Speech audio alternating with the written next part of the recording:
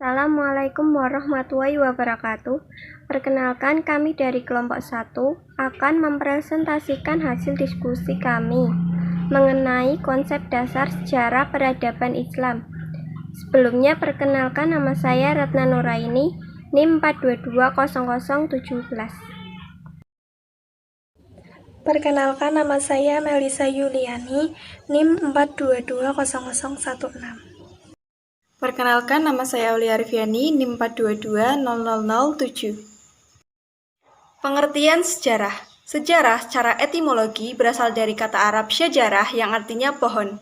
Dalam bahasa Inggris, peristilahan sejarah disebut dengan history yang berarti pengetahuan tentang gejala-gejala alam, khususnya manusia yang bersifat kronologis. Sementara itu, pengetahuan serupa yang tidak kronologis diistilahkan dengan sains. Menurut pembagian waktu, istilah sejarah dapat diartikan ke dalam arti sempit dan arti luas. Dalam arti sempit, sejarah dimulai semenjak manusia mengenal tulisan.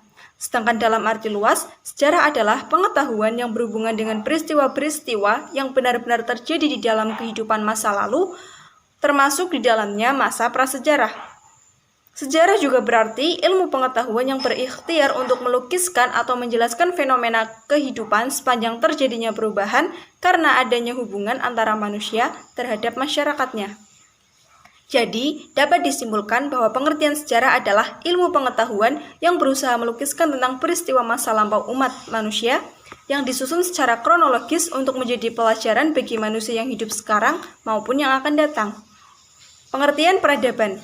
Peradaban adalah segala tingkah laku seseorang terhadap perkembangan zaman yang meliputi tabiat dan pengendalian diri yang mencakup sikap sopan santun, budi pekerti, dan bahasa yang baik.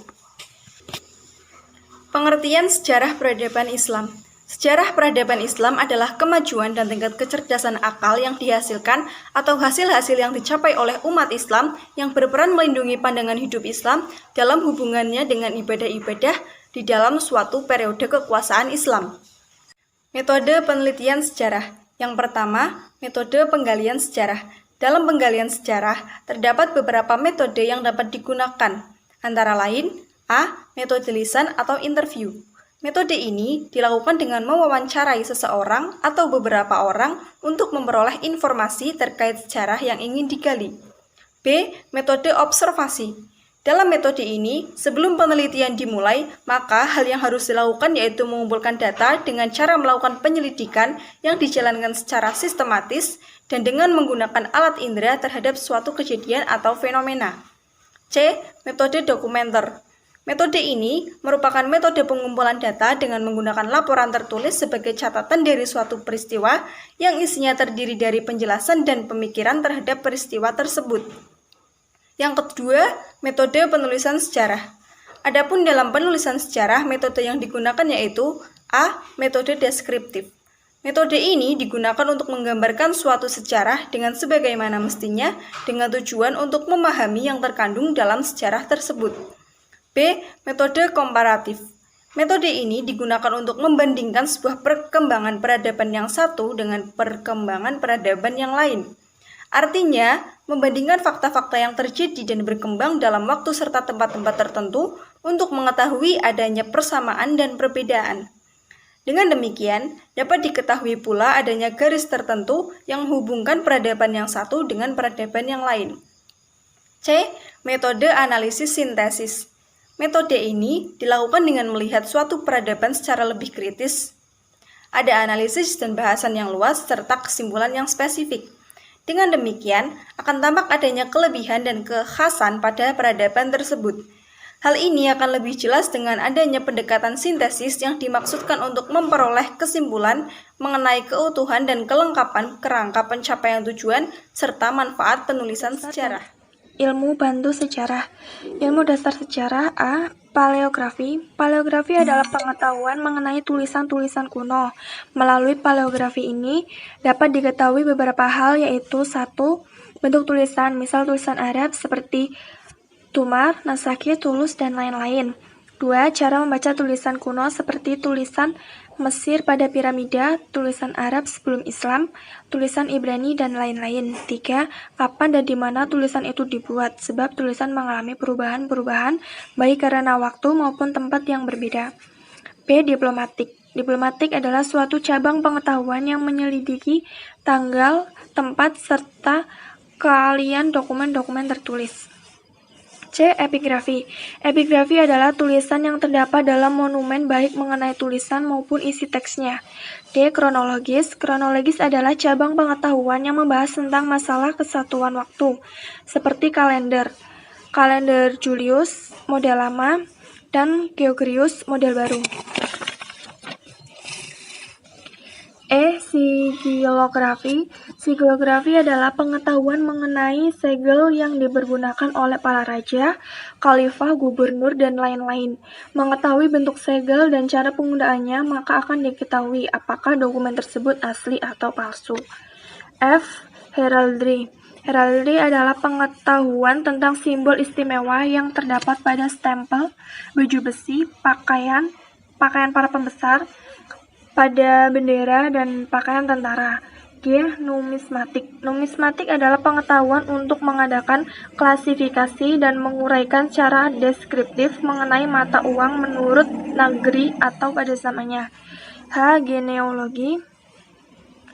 Genealogi adalah pengetahuan asal-usul daftar para pembesar dan pegawai.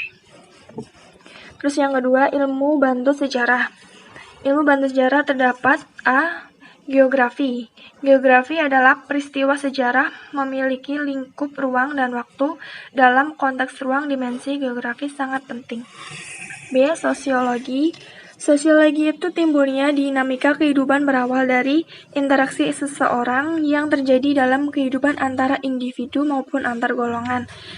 C. Antropologi. Antropologi dalam melakukan kajian sejarah peradaban dapat menggunakan konsep antropologi budaya dalam berbagai aspek, yaitu norma, adat istiadat, tingkat peradaban, gaya hidup, dan lain-lain. D. Arkeologi. Di dalam arkeologi terdapat konteks bersifat melengkapi. Arkeologi dapat mengungkapkan peradaban material masa lampau. D. Manfaat mempelajari sejarah. Manfaat mempelajari sejarah terdapat 1. Memperoleh informasi tentang aktivitas peradaban Islam dari zaman Rasulullah sampai sekarang. 2. Memiliki kemauan untuk melakukan pembangunan dan pengembangan peradaban Islam. 3. Dapat menyelesaikan problematika peradaban Islam pada masa kini. 4. Dapat memunculkan sikap positif terhadap berbagai perubahan sistem peradaban Islam. Sejarah dibedakan menjadi 3. Yang pertama, periode klasik 610 sampai 1250 Masehi merupakan masa kejayaan, kemajuan, dan keemasan Islam. Pada periode ini dibagi menjadi 2 fase. Yang pertama, fase ekspansi, integrasi, dan pusat kemajuan 650 sampai 1000 Masehi. Di masa inilah daerah Islam meluas melalui Afrika Utara sampai Spanyol di belahan barat dan melalui Persia sampai India di belahan timur. Daerah-daerah tersebut tunduk terhadap Islam. Pada masa ini berkembang dan memuncak ilmu pengetahuan baik bidang agama maupun umum kebudayaan serta peradaban Islam. Di masa inilah menghasilkan ulama-ulama besar seperti Imam Malik, Imam Abu Hanifah, Imam Syafi'i, dan Imam Ibnu Hambal dalam fikih, dan masih banyak lagi. Fase kedua adalah fase disintegrasi 1000 sampai 1250 Masehi. Pada masa inilah keutuhan umat Islam dalam bidang politik mulai pecah. Kekuasaan kekhalifahan menurun dan akhirnya Baghdad dapat dirampas dan dihancurkan oleh Hulagu Khan di tahun 1258 Masehi. Khalifah sebagai lambang politik umat Islam pun mulai hilang. Yang kedua ada periode pertengahan 1250 sampai 1800 Masehi. Pada periode ini juga dibagi menjadi 2 fase. Fase pertama adalah fase kemunduran 1250 sampai 1500 Masehi. Pada fase ini terjadi disintegrasi dan desentralisasi yang bertambah meningkat. Perbedaan antara Sunni dan Syiah dan juga antara Arab dan Persia semakin nyata. Dunia Islam juga terbagi menjadi dua bagian. Bagian Arab yang terdiri dari Arabia, Irak, Syria, Palestina, Mesir, dan Afrika Utara terpusat di Mesir. Bagian Persia yang terdiri dari Balkan, Asia Kecil, Persia, dan Asia Tengah berpusat di Iran. Kebudayaan Persia mendesak kebudayaan Arab. Di fase ini meningkat umat Islam semakin meluas pendapat bahwa ilmu ijtihad tertutup. Demikian juga tarekat yang pengaruh negatifnya semakin meningkat. Perhatian pada ilmu pengetahuan semakin kurang. Umat Islam di Spanyol dipaksa masuk Kristen atau keluar dari daerah tersebut. Kedua, ada fase 3 kerajaan besar 1500 sampai 1700 Masehi dan masa kemunduran 1700 sampai 1800 Masehi.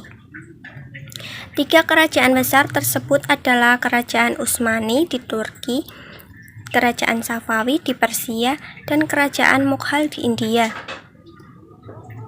Kejayaan Islam pada 3 kerajaan tersebut terlihat dalam bentuk arsitek dapat dilihat pada masa sekarang di Istanbul, Iran, dan Delhi. Masa kemunduran Kerajaan Safawi dihancurkan oleh serangan-serangan bangsa Afgan. Kerajaan Mughal diperkecil oleh pukulan-pukulan Raja India. Kerajaan Utsmani terpukul di Eropa. Umat Islam semakin mundur dan statis. Pada masa itu, Eropa bertambah kaya dan maju. Penjajahan Barat dengan kekuatan yang dimilikinya meningkat ke dunia Islam. Akhirnya Napoleon menduduki Mesir di tahun 1748 Masehi. Saat itu Mesir adalah salah satu pusat peradaban Islam yang terpenting.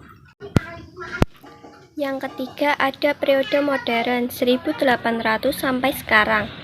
Periode ini merupakan zaman kebangkitan umat Islam.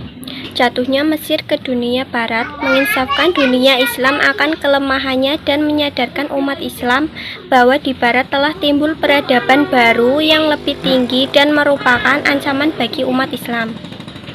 Akhirnya raja-raja dan para pemuka Islam mulai memikirkan bagaimana meningkatkan mutu dan kekuatan umat Islam kembali.